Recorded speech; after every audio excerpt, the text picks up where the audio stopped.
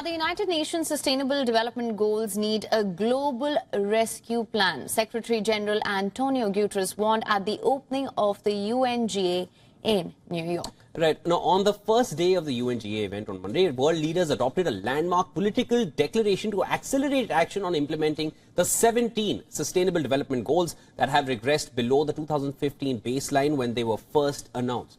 The high-level 78th session of UNGA provided guidance on transformative and accelerated actions leading up to the target year of 2030 for achieving these goals. So the SDGs aren't just a list of goals. They carry the hopes, dreams, rights and expectations of people everywhere. And they provide the surest path to living up to our obligations under the Universal Declaration of Human Rights, now in its 75th year. Yet today, only 15% of the targets are on track, and many are going in reverse. Instead of leaving no one behind, we risk leaving the SDGs behind. Now, the UN General Assembly President noted that despite commitments, at least 1.2 billion people were still living in poverty as of 2022. And roughly 8% of the global population, or 680 million people, will still be facing hunger by the end of the decade.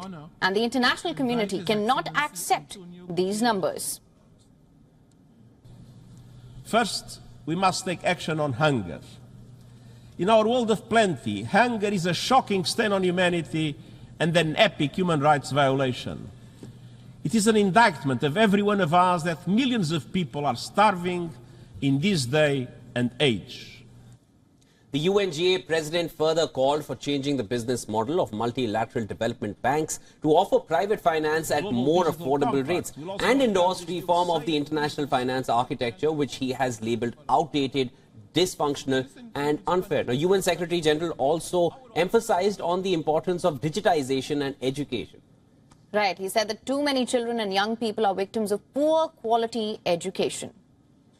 Quatrièmement, trop d'enfants et de jeunes pâtissent d'une éducation de mauvaise qualité ou ne reçoivent aucune éducation. Nous devons bâtir de véritables sociétés apprenantes, ancrées dans une éducation de qualité et notamment sur la formation continue dès le plus jeune âge et tout au long de la vie, réduisant la fracture numérique et soutenant les enseignants à chaque étape. Support and protection for people in and out of work are also of paramount importance. Guterres concluded by saying that the war on nature must stop and people must end the triple planetary crisis of climate change, pollution and biodiversity loss. 8 years ago, member states... Le besoin d'assurer une égalité totale entre les hommes et les femmes est au cœur de toutes ces transitions. Il est grand temps de mettre fin à la discrimination, de garantir la pleine participation des femmes et des filles à la prise de décision et de mettre fin au fléau des violences fondées sur le genre. Of the 193 UN member countries, 145 nations are sending their heads of state or government to the General Assembly. But of the 5 founding, that are the United States, the UK, France, Russia and China, only President Biden will be in New York this week. Hence, the big question arises if leaders will arrive on a consensus and lead the way out of this event.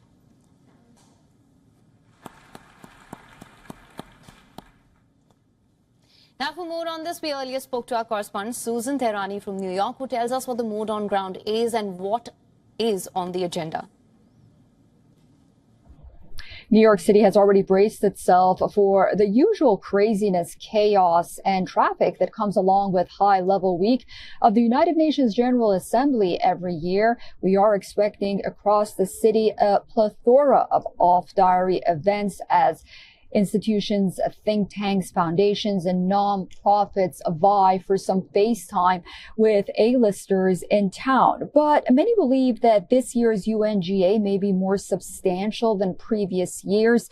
On the one hand, the UN Sustainable Development Goals Summit took place on Monday, and there is a global finance summit that's scheduled as well all high level, of course, not to mention a lot of meetings regarding health, including a high level meeting regarding pandemic prevention. These will happen throughout the week, but one of the most noteworthy events will be the United Nations Security Council event on Ukraine, which Ukrainian President Volodymyr Zelensky is expected to also attend in person, the first time he's visiting the United Nations since Russia's invasion of Ukraine.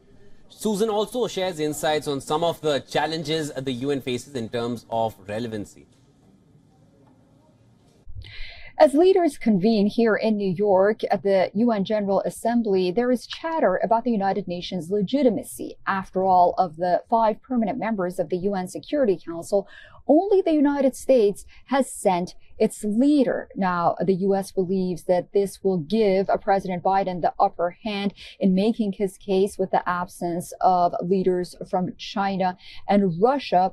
However, there are those that believe, despite the criticism, for example, for rejuvenation and renewal of the UN system and expansion of the UN Security Council, still, this annual meeting is the most viable and international platform for world leaders to meet and gather in hope of finding solutions to global problems. This is important notably for developing and underdeveloped countries who don't have an opportunity to make their case to the international community. It's also reported by The Telegraph that U.S. President Joe Biden is expected to call for the expansion of the UN Security Council to counter Russia and China. India, Brazil, Germany, Japan, and South Africa are the countries which have been mentioned as possible members.